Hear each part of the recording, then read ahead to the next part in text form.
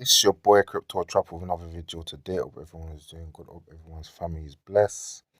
Today is the 10th of March on a Sunday. I want to talk about Songbird and why I think is a great cryptocurrency and my own opinions on it. I don't want to make this video too long, so let's get into it.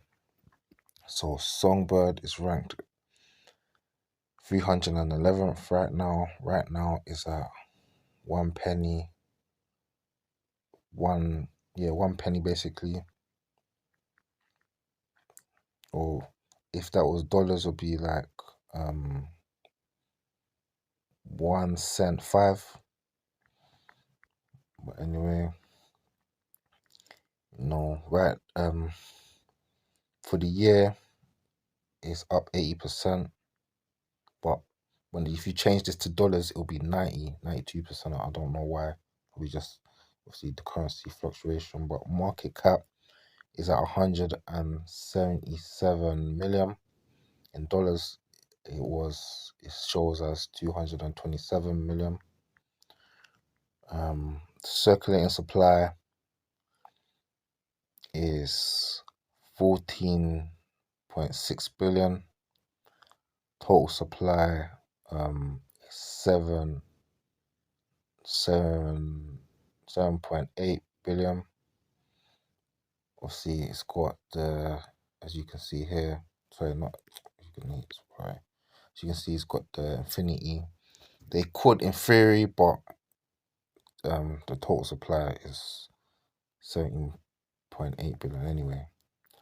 So all-time high. So the all-time high was at 53p. If that was dollars, in dollars it would be 73 cents. Sorry. All-time low, as you can see, 0.0003. I got in on this 0.06. I've been watching this and Flare. At the time, I did buy some Flare when they were both at the all-time lows, but I made a calculated decision and I decided to go with Songbird, man, because obviously the circulating supply, and it was just mad undervalued at that time. Yeah, I think around that time, obviously, a lot of people were getting in the bear market. Basically, a lot of people were dumping Songbird because obviously a lot of people got it for free from the airdrop. If you like, for example, the people holding XRP, they were supposed to get the Flare airdrop and Songbird, and a lot of people just sold for whatever reason, and the price just kept dumping, keep going lower, and I was like, this is undervalued, and I scooped it up. Some of those people, bro, they're crazy. But anyway, but you still don't. Obviously, these are the exchanges. It's a lot of people didn't get their airdrop on Coinbase. Yeah, so but yeah, these are the exchanges again. So let me just show you. So F assets.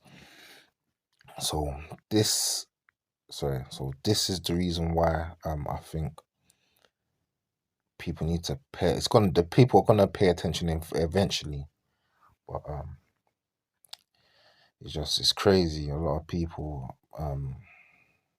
at these prices are not even looking into it, but it is what it is right now. In the BullRun, the meme coins are pumping, man. It's crazy right now in the bull run. All the coins what's got utility, and a lot of people doing research. People like me who are utility maxis, really focus on utility, the aspects of cryptocurrency. But the meme coins are just pumping right now. But I don't want to make this video too long. Let's get into it. So F assets. The F asset system developed by Flare F asset system developed by Flare Labs allows non-smart contract tokens such as XRP, Bitcoin, and those to be used trustlessly within the smart contract on Flare, and they can incorporate other cryptocurrencies um with non smart contract capabilities as well. So why? So more than 70% of the total value of blockchain assets do not have smart contracts and are therefore unable to participate in decentralized economy. By minting these non-smart contract tokens into F assets, you'll be able to put them to work and yield rewards in decentralized application on Flare network. Once the F assets are on Flare, you'll be able to bridge them to other networks via layer cake. So for example, let's say you had Bitcoin and you wanted to make some yield. You would bring your Bitcoin in a decentralized manner onto Flare, and that will get minted into a ERC20 token, but on the Flare network. And what that basically means is you still hold your Bitcoin, but it will just be one to one on Flare network. So you be using Flare network's smart contract capabilities, and you could um take loans out on your Bitcoin or whatever you want to do, or whatever you want to do, whatever decentralized things are going on in the economy of Flare, you could participate in. But let's continue. So the F asset system is enabled by Flare data acquisition protocols, the state connector and Flare time series oracles, the FTSO providers decentralized price feeds for all tokens involved, and the state connector can verify that a required action has taken place on a different chain. So basically, the FTSO providers, they'll get uh, they'll get the information, from all the tokens, from as you said in the article, in the decentralized price feeds, they'll get all that information, regurgitate it, and basically just give the right information and right data on chain taking place on different chains, so you know what's going on, so everything's accurate, everything's on point. Each F asset will be backed by a mixed on-chain collateral held by an agent and in a community provided pool. This backing consists of three asset types: the underlying stablecoin or ETH collateral, and Flare native tokens collateral. Flare or Songbird, the minting and redeeming process will be supported by a number of agents. Their role in the system is secure through over collateralization such that the system is rendered trustless. So yeah, man. So in this, like for example, how can I break this down? So in DeFi, no one wants to really trust because So how can I put it? So let me articulate myself. So in DeFi, the problem is, you don't know.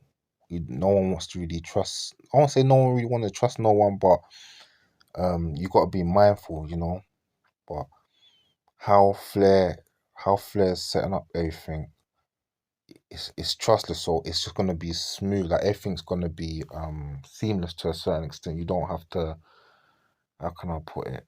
Um, yeah, it's gonna just be seamless, and it's just gonna be, I can't really. How can I say it? Yeah, yeah, it's gonna be seamless, man. So it's gonna be on point, basically. So let me continue with the article. So someone who wishes to mint F assets starts by selecting an agent and paying a small fee to reserve the required collateral. The minter then sends the agent the underlying asset with the state connector used to provide the transaction that has taken place on other chain. With the payment verified, the F assets are then minted as an ERC20 token on Flare. These tokens can be used within DeFi on Flare or bridged to another chain. So as you can see is the diagram. So for example, it says user account on the top left. So you'd pay a little fee. Then the agent verifies it to state connector. Then the state connector requires a verification of the F asset collateral. Then obviously the user even before that, but orders a transfer, requires the minting. Then once everything's verified, the minting process can take place, and whatever the user's account, basically the user wanted to mint, whatever the required sorry, I got tongue tied. Whatever the person wanted, whatever token the person wanted to mint, obviously they can get once everything's verified. Then they can go then they can go on DeFi or whatever they want to do with the token. Now it's on minted on Flare. So let me just round up this little quickly. Sorry about that. Got tongue tied. So F assets enable smart contracts for tokens without. So F asset enables smart contracts for tokens without them. So for example, as you can read here.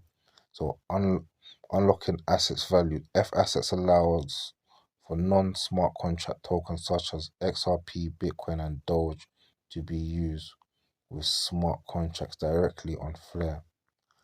Trustless. Unlike many wrapped asset systems for non-smart contract tokens, F assets are trustless, meaning that you do not have to risk using a centralized intermediary to use your tokens with smart contracts. So everything's going to be on Flare. There's no middleman, there's no, none of that nonsense. None of, like, they try and mitigate all the risks in DeFi. That's why I love, not even love, but I respect what they're doing and how they're trying to go about things in a professional manner. Why I think Flare and Songbird are blue chip cryptocurrencies, especially when it's in DeFi. But let me continue quickly. So lowers the risk. So F assets spread risk across a system of participants rather than concentrating it into a high value price for attackers, reducing the risk to the user. That's very important. Yeah,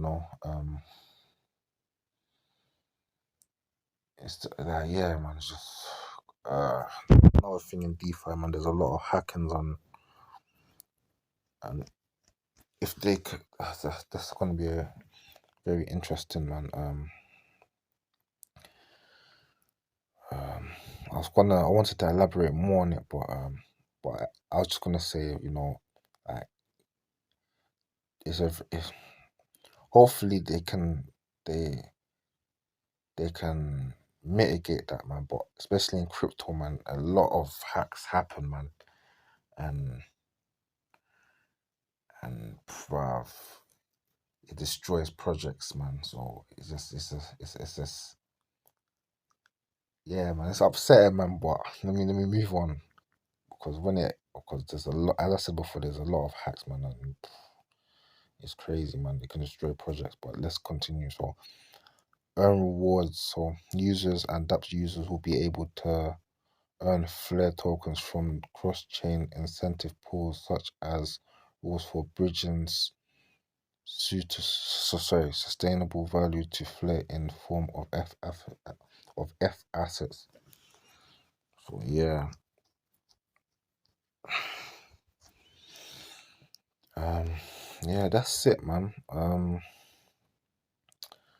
Yeah, I want to show the price comparison quickly um of Flare. Sorry, not Flare. Sorry, Songbird.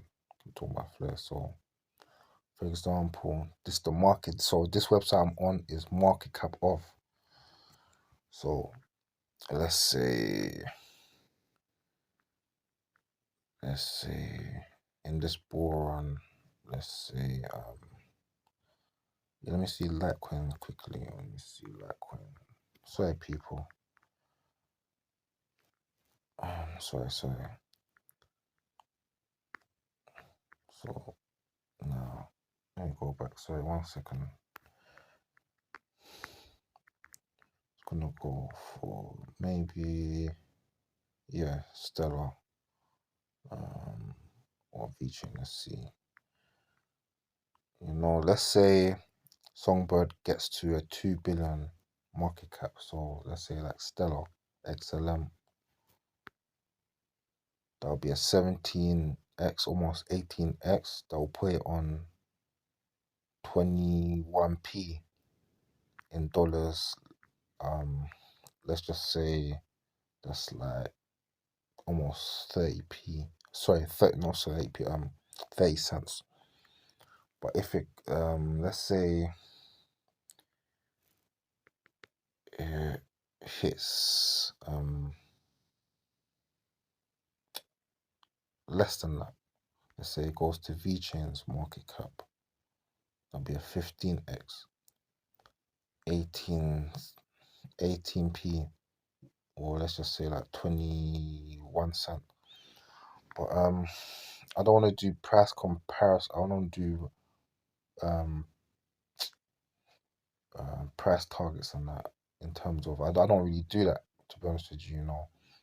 Certain people think it may hit a pound, or not a pound, $1.